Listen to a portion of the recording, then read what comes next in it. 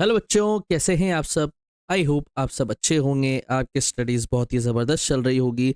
मेरा नाम है इंजमाम खान। स्वागत करता हूं आपका हमारे शानदार यूट्यूब प्लेटफॉर्म जिसका नाम है एफएमआई करियर इंस्टीट्यूट।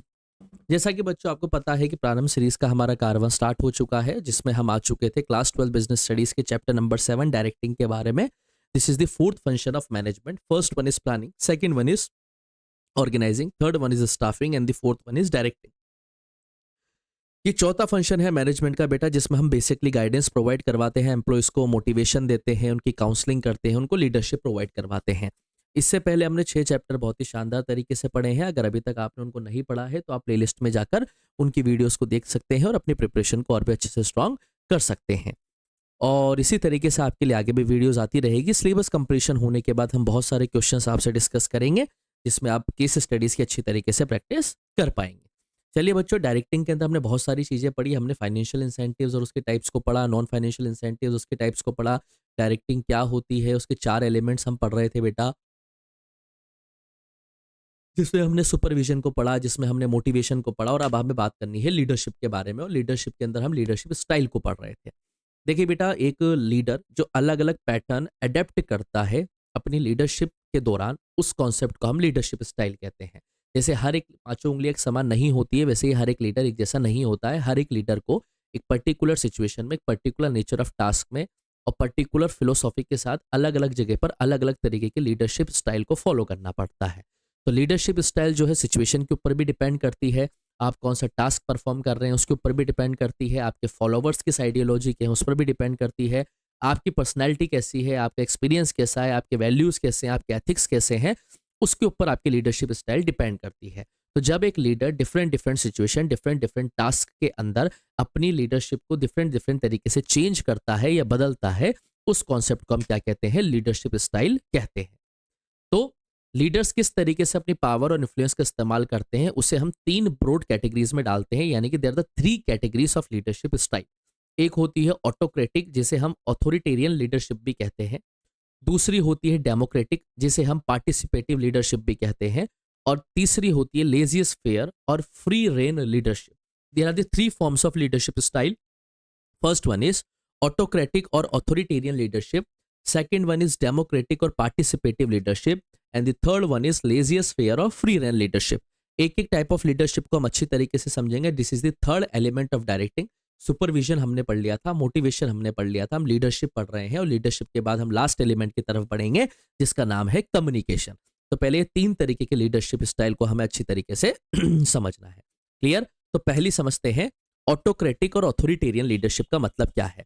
इसमें जो डिसीजन मेकिंग पावर होती है या डिसीजन मेकिंग पावर का जो कंट्रोल होता है, उसमें सबॉर्डिनेट से कोई भी डिस्कशन नहीं किया जाता है। जो मैनेजर टॉप लेवल पर बैठा हुआ है वही सारे डिसीजंस लेता है। इसमें सबॉर्डिनेशन से कोई भी कंसल्टेशन नहीं किया जाता है। इसमें जो कम्युनिकेशन होता है वो वन वे होता है। मतलब डिसीजन मेकिंग पावर पूरी तरीके से सेंट्रलाइज्ड होती है। टॉप लेवल के जो मेंबर्स होते हैं सिर्फ वही डिसीजन लेते हैं without consultation with any subordinates. और यहाँ पर जो कम्युनिकेशन होता है सिर्फ वो वन वे होता है, क्योंकि यहाँ पर सबॉर्डिनेट से कोई कम्युनिकेशन या बातचीत नहीं की गई तो टू वे तो हो ही नहीं सकता।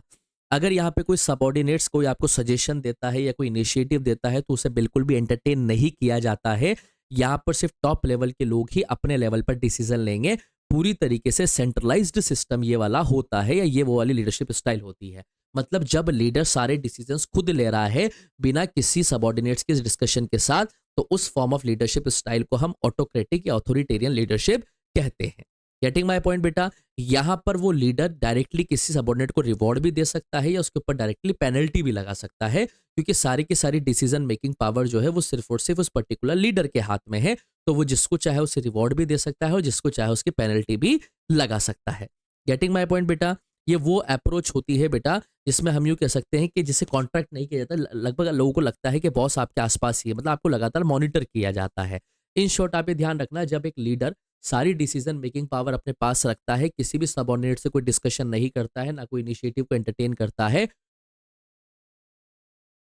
उस टाइप ऑफ लीडरशिप स्टाइल को हम ऑटोक्रेटिक और ऑथोरिटेरियन लीडरशिप कहते हैं। जनरली इस तरीके की जो लीडरशिप होती है वो अनएडुकेटेड और अनस्किल्ड वर्कर्स के बीच में चाहिए होती है, क्योंकि अनएडुकेटेड और अनस्किल्ड वर्कर्स के पास इतनी नॉलेज नहीं होती है, तो वहां पर जो है ऑटोक्रेटिक लीडरशिप स्टाइल की जरूरत पड़ती है, जहाँ पे डिसीजंस फास्ट लेने की जरूरत पड़ती है, वहाँ पे भी ऑटोक्रेटिक लीडरशिप स्टाइल फायर सही रहेगी, क्योंकि अगर आप ऑटोक्रेटिक लीडरशिप स्टाइल को फॉलो नहीं करेंगे, सबसे डिस्कशन करेंगे, तो डिसीजन लेने में आपको बहुत टाइम लग जाएगा और ग्राउंड लेवल पर इंप्लीमेंट होने में भी उसे बहुत ज़्यादा समय लग जाएगा। ठीक है, ये क्या होता है बेटा, बहुत सारी सिचुएशंस में ये लीडरशिप स्टाइल क्या करती है, प्रोडक्टिविटी भी निकल के आती है, जहाँ पर सुपरवाइजर पूरी तरीके से रिस्पॉन्सिबल होता है प्रोडक्शन ऑन टाइम को लेकर और लेबर प्रोडक्टिविटी को लेकर। तो जहाँ पर अनस्किल्ड वर्कर्स की रिक्वायरमेंट है, जहाँ पे अनएडुकेटेड वर्कर्स का ज़्यादा काम होता है और जहाँ पर टाइम पर आपको प्रोडक्शन एक्टिविटी को पूरा परफॉर्म करना है, ऐसे कॉन्सेप्ट पर जो होती है ऑटोक्रेटिक लीडरशिप स्टाइल एक अच्छा रिजल्ट आपको लाके देती है। बताओ बेटा, बात समझ में आई या नहीं आई आपको यहाँ तक?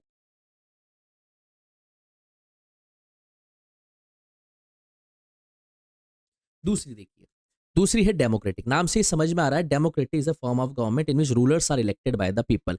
यहाँ पे लीडर जो होता है वो कोई भी डिसीजन या प्लान बनाने से पहले अपने सबॉर्डिनेट्स के साथ कंसल्टेशन करता है। यहाँ पे डिस्कशन होता है, यहाँ पे कंसल्टेशन होता है।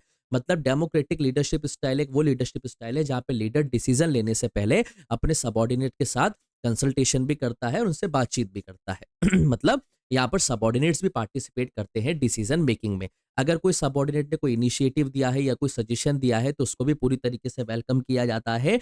ये वो वाला कॉन्सेप्ट है जिसमें हम डिसेंट्रलाइजेशन कह सकते हैं, यानी कि यहाँ पर सबॉर्डिनेट्स को भी पूरा मौका दिया जाता है डिसीजन मेकिंग पावर के अंदर पार्टिसिपेशन करने का। गेटिंग माय पॉइंट बेटा, यहाँ पे अकेला जो है लीडरशिप डिसीजन नहीं ले लेगा, बल्कि वो अपने सबॉर्डिनेट्स को भी मौका देगा इनिशिएटिव प्रमोट करने का या उनके सजेशंस का। यह कहाँ फिट बैठता है, जहाँ पर क्रिएटिव पर्सन्स की रिक्वायरमेंट होती है, क्रिएटिविटी की रिक्वायरमेंट होती है, वहाँ पे आप एम्प्लॉयज़ के साथ डेमोक्रेटिक लीडरशिप की बातचीत करते हैं, जहाँ पर आपके पास प्रॉपर टाइम होता है, क्योंकि डेमोक्रेटिक लीडरशिप में अगर आप डिस्कशन करेंगे एम्प्लॉय से तो ज़ाहिर-सी बात है टाइम तो लगेगा। तो अगर आपके पास एडिक्वेट टाइम है, तो ज़ाहिर-सी बात है आप डेमोक्रेटिक लीडरशिप स्टाइल को फॉलो कर सकते हैं और फ्लेक्सिबल सिचुएशंस में इस तरीके की लीडरशिप स्टाइल एक अच्छा रिजल्ट हमें लाके देती है। तीसरा देखिए बेटा, last, laissez faire free rein leadership या मैनिपुलेटिव ऑटोक्रेटिक। इसमें क्या होता है बेटा, इसमें लीडरशिप पूरी पावर अपने सबॉर्डिनेट्स को दे देता है कि तुम्हें जैसा ठीक लगे वैसा डिसीजन लो। यहाँ पर फॉलोवर्स को या सबॉर्डिनेट्स को पूरी इंडिपेंडेंस दी जाती है कि वो अपने ऑब्जेक्टिव और अपने तरीके से काम करें, उस काम को अचीव करके दें। यहाँ पर मैनेजर सिर्फ उन्हें सपोर्ट देने के लिए खड़ा होता है और उन्हें रिक्वायर्ड इंफॉर्मेशन देने के लिए खड़ा होता है। इसे हम बोलते हैं हैंड्स ऑफ लीडरशिप स्टाइल और सबॉर्डिनेट सेंटर्ड लीडरशिप। मतलब इसमें लीडर पूरी तरीके से फ्री हो जाता है। लेजियस फेयर एक फ्रेंच वर्ड है जिसका मतलब ही होता है लेट देम डू, तुम तुम्हारे हिसाब से कर लो। अगर तुम्हें मेरी सलाह की जरूरत है तो मैं सलाह दे दूंगा, तुम्हें मेरे गाइडेंस की जरूरत है तो मैं दे दूंगा, अगर नहीं चाहिए तो अपने हिसाब से करो, लेकिन करो। पूरी फ्रीडम दे दी है उसने, वो कुछ भी किसी भी तरीके का इसके अंदर इंटरफेयर नहीं करता है। इसका मतलब होता है लेट देम डू, आप करो। ये वहां पे फिट बैठती है जहां पे आपके सबॉर्डिनेट्स क्वालिफाइड और मोटिवेटेड हो। जब आपको एक्सटर्नल एक्सपर्ट आपके पास होते हैं वहां पे फुट बैठेगा, और अगर आपको सिंपल वर्क प्रोसीजर्स और मेथड्स निकलवाने हैं तो वहां पर भी ये तरीके की लीडरशिप स्टाइल जो होती है वो फिट बैठती है। एक अच्छी लीडरशिप की इंपॉर्टेंस क्या होती है एक बिजनेस को ग्रो करने में?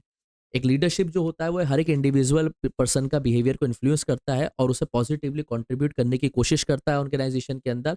एक अच्छा लीडर जो होता है वो पर्सनल रिलेशंस बनाता है अपने फॉलोवर्स के साथ, उनकी नीड्स का भी ध्यान रखता है। लीडरशिप एक इंपॉर्टेंट रोल प्ले करती है अगर कोई भी चेंजेस आपको ऑर्गेनाइजेशन के अंदर लानी है। वो क्लैरिफाई करता है, वो पीपल्स को इंस्पायर करता है कि आपको चेंजेस को अच्छी तरीके से एक्सेप्ट करना है।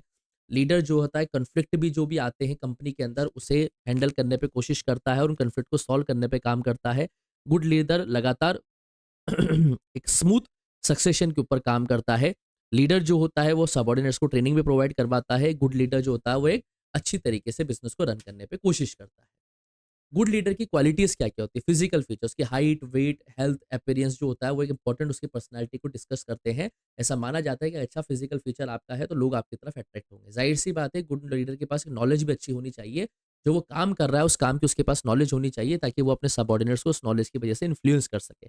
इंटीग्रिटी, उसके पास हाई लेवल ऑफ इंटीग्रिटी, सम्मान और ऑनेस्टी होनी चाहिए। वो दूसरों के लिए रोल मॉडल बने, ऐसे एथिक्स और उसे ऐसे वैल्यूज उसके होने चाहिए। इनिशिएटिव, एक लीडर ऐसा होना चाहिए जो लगातार इनिशिएटिव को प्रमोट करे।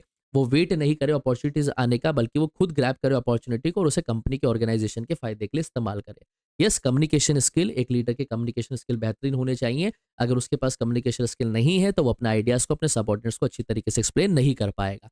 मोटिवेशन स्किल्स होने चाहिए एक लीडर के पास। अगर वो एक इफेक्टिव मोटिवेटर नहीं है तो वो एक अच्छा लीडर नहीं है। मोटिवेटर होना बहुत ज़रूरी है। सेल्फ कॉन्फिडेंट पर्सन एक गुड लीडर को होना चाहिए। अगर उसके पास कॉन्फिडेंस नहीं है डिफिकल्ट टाइम्स में, तो जाहिर सी बात है सबऑर्डिनेट्स भी अच्छी तरीके से काम नहीं कर पाएंगे। So these are the qualities of a good leader and this is the third element of directing, that is leadership. कल की क्लास में मैं आपको लास्ट एलिमेंट समझाऊंगा, कम्युनिकेशन। कोई डाउट हो तो कमेंट सेक्शन में छोड़ देना। Thank you.